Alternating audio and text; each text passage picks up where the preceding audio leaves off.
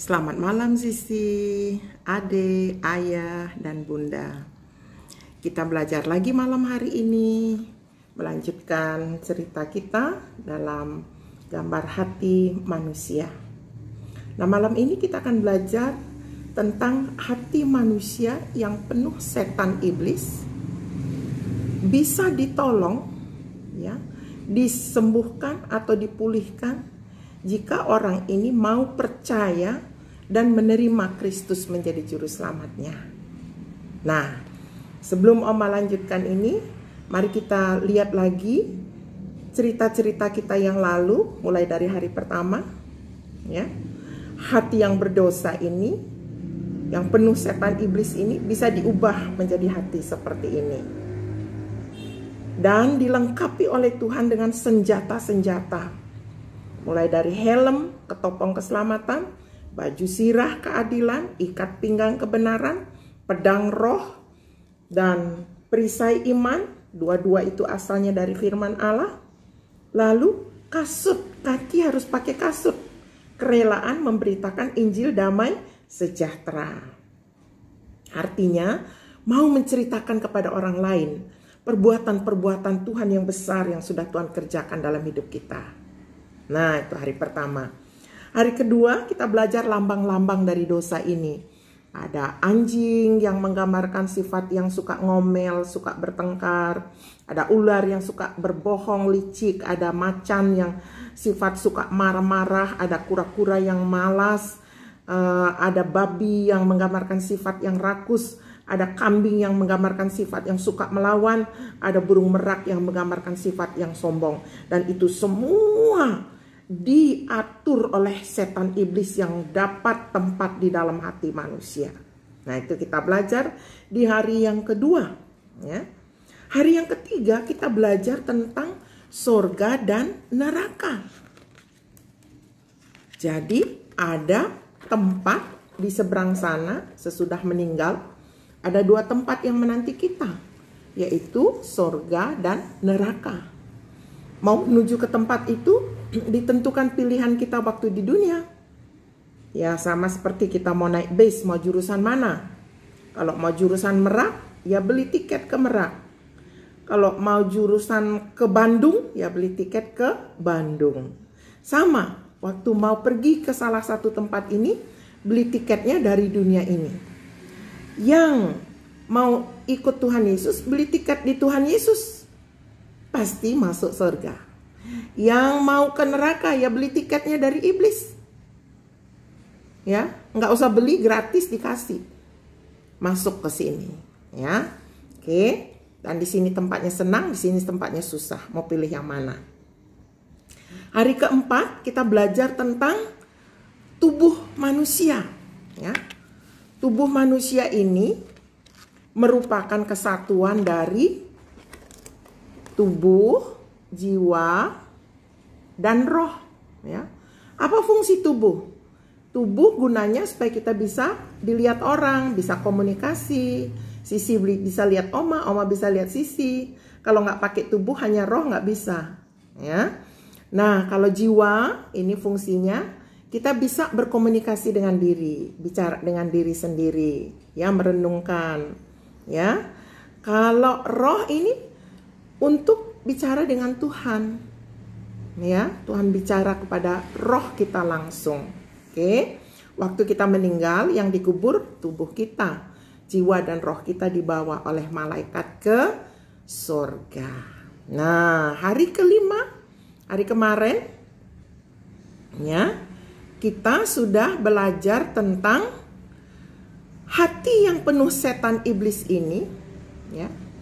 Kalau mau menerima Tuhan Yesus sebagai juru selamat, setan-setannya diusir keluar. Ya. Ini gambarannya. Setan-setannya diusir keluar semuanya. Ini gambarannya, ya. Tuh. Jadi waktu seorang mau terima Yesus, setannya diusir oleh terang dari Alkitab, terang dari Roh Kudus, ya. Lalu diberikan menjadi hati yang baru, ya. Diberikan menjadi hati yang baru, yang bersih, seperti ini. Ada Alkitab di dalamnya yang menggambarkan orang itu pasti suka membaca Alkitab. Ada salib Kristus yang mengesahkan bahwa ciptaan baru ini benar-benar ada, ya, benar-benar bisa karena Yesus berkorban.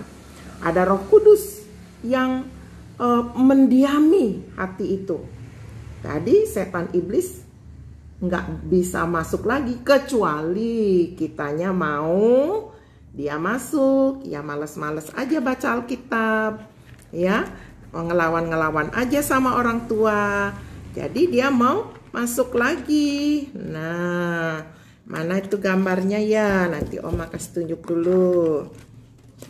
Ini kalau hatinya sudah terima Yesus tapi nggak mau baca Alkitab, ya nggak mau menyanyi, nggak mau berdoa, nggak mau sembahyang, ya setan iblisnya mau masuk lagi, ngelawan-ngelawan orang tua, marah-marah, ya masuk lagi.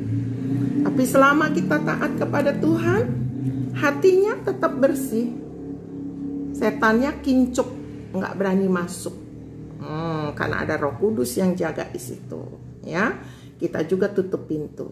Nah, hari ini Oma mau mengajar kita dengan tema hati manusia yang penuh setan iblis ini, ya, bisa ditolong setan-setannya ini keluar semua kalau dia mau percaya dan menerima Tuhan Yesus sebagai juru selamat. Hatinya diubah menjadi seperti ini. Nah, bukti bahwa benar-benar hatinya itu sudah baru, ya, sudah seperti ini, sudah bersih, ya. Sudah ada Roh Kudus di situ, sudah ada firman Tuhan selalu dibaca dan dihafalkan, ada salib Kristus. Cirinya, coba diingat-ingat, ya. Yang pertama, orangnya suka menyanyi, memuji Tuhan. Ya, suka menyanyi lagu-lagu gereja. Ya. Lagu-lagu gereja, setinggi-tingginya langit, lebih tinggi kasih Yesusku, sedalam-dalam lautan, di sini senang, di sana senang. Banyak lagu-lagu dia suka. Yang kedua cirinya kalau hatinya bersih seperti ini, suka kasih tahu teman-temannya bagaimana Tuhan Yesus sudah tolong dia. Ya. Bagaimana Tuhan Yesus sudah berkati dia. Misalkan, ya, Oma kasih tahu kepada Sisi bahwa kalau ada orang yang mau jahatin Oma, pasti Tuhan Yesus tolak. Pasti Tuhan Yesus bela Oma. Ya, dan Oma mau kasih tahu kepada orang-orang, kamu juga bisa. Kalau kamu hidup jujur, hidup bersih, Tuhan Yesus pasti tolong. Nah, Sisi bisa bersaksi kepada temannya. Teman-teman, dulu saya itu sering diganggu loh sama roh-roh jahat. Tapi sejak saya sudah terima Tuhan Yesus, roh-roh jahat itu nggak balik-balik kepada saya lagi. Kadang ada roh jahat yang lain balik, tapi saya udah ngerti caranya gimana tutup pintu. Jangan marah-marah, jangan ngelawan bunda. Nah, itu teman-temanmu akan diberkati. Ya. Yang ketiga cirinya apa? Selain suka cerita perbuatan Tuhan Yesus dalam hidupnya. Sayang adik, sayang ayah, sayang kakak, sayang bunda. Ya. Itu ciri-cirinya. Kalau benci-bencian, itu setan punya ciri itu, ya. Yang keempat, cirinya rajin berdoa, minta tolong sama Tuhan, ya. Rajin berdoa.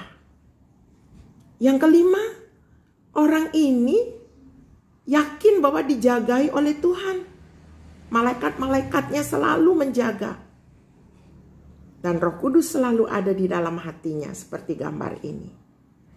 Nggak lupa, ada Allah yang bersama. Siapa yang bisa lawan? Jika Allah di pihak kita, siapa yang bisa lawan kita? Nggak ada. Yang keenam, kalau dia sakit, dia minta sembuh dari Tuhan. Dan tidak takut minum obat. Ya. Yang ketujuh, sebelum belajar, berdoa dulu, minta kepintaran dari Tuhan, supaya Tuhan kasih pintar, bisa selesaikan sekolahnya dengan baik. Yang kedelapan, sebelum makan, ucap syukur dulu, Tuhan sudah beri makanan. Tuhan janji, makanan kita akan diberkati, minuman kita akan diberkati, sehat diberi, penyakit dijauhkan, setan-setan juga diusir. Ya. Yang kesembilan, sebelum tidur juga berdoa dulu. Minta perlindungan Tuhan, supaya bisa tidur enak, tidur dengan damai. Yang kesepuluh, waktu bangun tidur, berdoa dulu sebelum melakukan aktivitas. Jangan langsung ambil gadgetnya main game. Salah. Doa dulu, minta tolong sama Tuhan, ucap syukur sudah bisa tidur baik. Ya. Jadi selalu mohon tolong sama Tuhan sepanjang hari. Nah, itu ciri-cirinya hati yang sudah didiami oleh Roh Kudus. Nah, coba Sisi periksa. Hatinya Sisi yang mana ya dari sekian gambar hati ini? Yang inikah? Ya? Yang inikah? Ini yang belum terima Yesus. Ini yang baru mau terima Yesus. Ini yang sudah terima Yesus, sudah dibersihkan hatinya. Ini yang menolak Yesus, nggak mau tobat, nggak mau berubah, ya. Marah mau tetap marah aja, ya, nggak peduli. Nah, ini nanti hatinya jadi kayak gini. Kalau nggak mau hafal ayat, suka melawan bunda, di sini hatinya. Nah, Oma harapkan Sisi sudah punya hati yang di sini, yang dibersihkan oleh Tuhan, didiami oleh Tuhan, dan penuh dengan sukacita. Nah, malam ini Sisi hafal lagi ayat Efesus 6 ayat 1. Hai anak-anak, taatilah orang tuamu di dalam Tuhan, karena haruslah demikian. Ya, itu ada janji supaya kamu panjang umur dan bahagia di bumi. Nah, sampai sini dulu Oma berdoa buat Sisi. Tuhan, hamba berdoa untuk Sisi, adik, ayah, dan bunda. Siapa saja yang mendengarkan renungan ini, berkati Tuhan. Pulihkan. Di dalam nama Yesus, Oma mohon berkat ini. Amin.